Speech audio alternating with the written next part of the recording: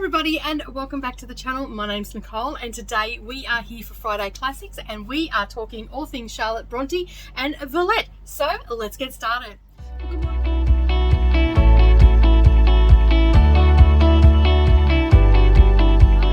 Good morning or good evening everybody and welcome back to the channel. Thank you for taking some time out of your day and spending it with me while I prattle on about the books that I have read. So today we are here to talk about Charlotte Bronte's Villette. It is the second Charlotte Bronte novel that I have read and it's the first time that I have read Villette as well. We are following the story of Lucy Snow, who is, in my opinion, an independent and very judgmental young lady. Alright, so basically, as I said, we are following the storyline of Lucy Snow. She is narrating her own story, so therefore she might be somewhat of an unreliable narrator. This book was originally published, just bear with me for a second, I'll just find out that information, was originally published in 1853. It has 577 pages, and I gave it a 4-star rating. Now, I was comparing it a little bit to Jane Eyre, which was the first Charlotte Bronte novel that I read, and while I enjoyed it just as much as I enjoyed Jane Eyre, I just felt it was a little bit lacking. I wasn't really happy with the ending in the book, and I'm not going to go into any sort of spoiler territory. I'm just going to keep it pretty much short and sweet. I didn't take too many notes with this one. I just fell into the story and thoroughly enjoyed it. So as I said, it is following the story of Lucy Snow. Again, there is no mention of her parents, and I'm not entirely sure of her age in this one. I don't think there was actually any mention of her age, and there was definitely no mention of her parents. So she is living with her godmother and her, I guess you would call a quasi cousin, Graham, and there is also another character that comes into it quite early in the book, and that is Paulette. So while we are in England with Lucy Snow, her godmother, and Graham and Paulette, Lucy Snow is sort of a little bit back and watching on as Graham and Paulette become friends and become very close and all that sort of stuff. And then as the story progresses, for whatever reason,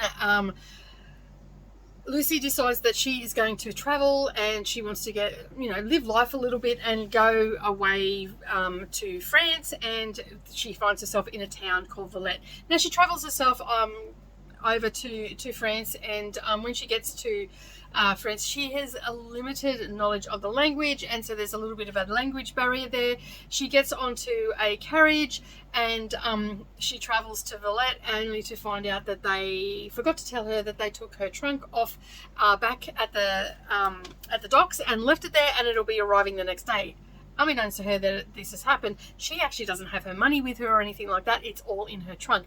So she meets a gentleman who then finds this out for her because he speaks quite fluent French, and helps her out and all the rest of it, points her in the direction to find a room for the night. Subsequently, she finds a place where she can teach because she can speak English, and she learns French and everything there. And it just basically follows her day-to-day life while she's living in Villette and the characters that she meets. I found a few little problems with this one. One, she's ended up there and she's teaching and she's learning English, she's teaching English and she's also learning French at the same time. She's got this headmistress that is quite rigid and all the rest of it, but I found that at the same time, Lucy Snow is a little bit icy and a little bit judgmental, and it's a little bit, for lack of a better term, doesn't see what's right in front of her face.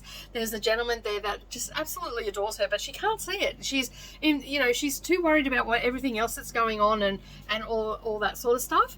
And then, because we've met Graham and we've met Paulette, and then we meet these other characters, which turns out to be Paulette. There was no mention of it, and then you work out as the reader, you work out that she's talking about Paulette, and Paulette is actually in Villette now.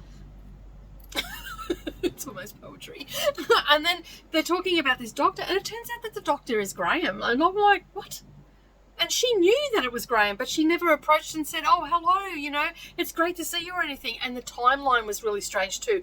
I felt like I was missing bits and pieces because she's seeing this person and she recognizes this person but doesn't say anything to this person, but Graham doesn't recognize her until later on in the book. And I'm like, how much of that? I thought it was like a couple of months had passed or whatever, but it turns out like he's gone and studied to become a doctor, and Paulette is much older, and there's, you know, it's sort of just, as I said, is following the day-to-day life of Lucy. And so it gave me that sort of Middlemarch vibe, because you're following that sort of thing in that as well.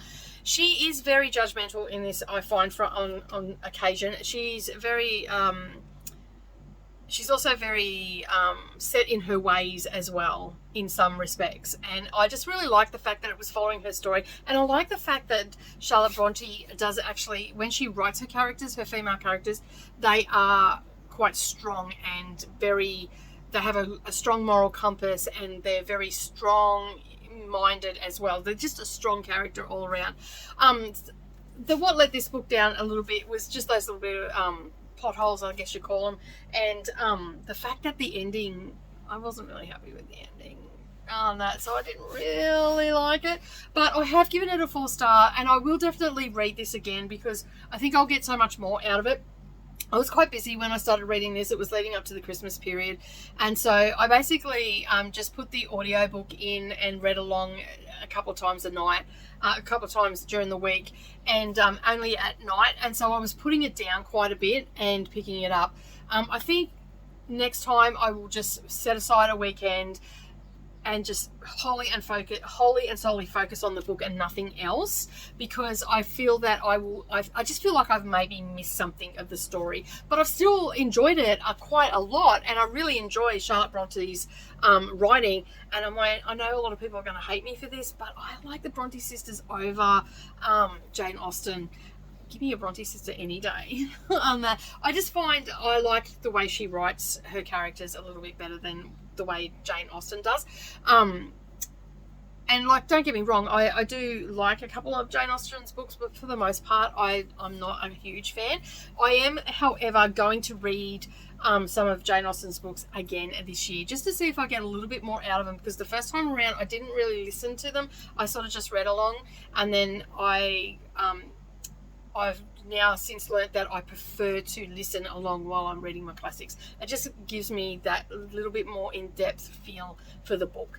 But as I said, I was happy with the book, and I've still given it 4 stars, and I'm looking forward to rereading this again. Will I reread it in the next 6 months? Probably not, but it'll definitely come up onto my radar again, and then I will discuss it again on the channel, because you never know, I might get a lot more out of the book and enjoy it a whole lot more, and the star rating may go up or it may go down.